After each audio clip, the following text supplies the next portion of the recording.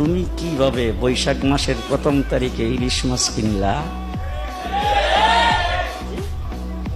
তোমার উৎসব তো হইল মুহররম মাসের 10 তারিখ, তোমার উৎসব তো হইল ঈদের দিন, তোমার উৎসব তো হইল শবে বরাত শবে কদরের দিন, তোমার উৎসব তো হইল রমজান মাসের ইফতারের সময়, তোমার উৎসব তো হইল শুক্রবার দিন জুমার নামাজের সময়। তুমি এইগুলি পালন করবা।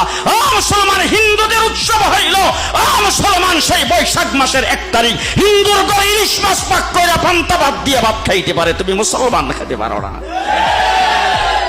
ঠিক? তুমি কিভাবে মুসলমান হইয়া তোমার কি একটু লজ্জাও করলো না? তোমার কি একটু লজ্জাও করলো না? মদিনার রাসূল কি বলতেছে? মুসলমানেরা, বাংলাদেশের ধর্ম যার যার উৎসব সবার, তোমরা যদি এই কথা বলে থাকো, তাইলে আমি যদি এই স্লোগানটা দিতাম মক্কাতে, তো আমি প্রেসিডেন্ট হয়ে যাইতাম। কাফেররা আইসা তো রাসূলকে প্রস্তাব দিয়েছেন, ঠিক আছে আপনার ধর্ম আপনার জায়গায় থাক, আমাদের ধর্ম আমাদের জায়গায় থাক, সুতরাং একটা কাজ করেন, আপনি একদিন করবেন আর আমরা একদিন করব। আপনি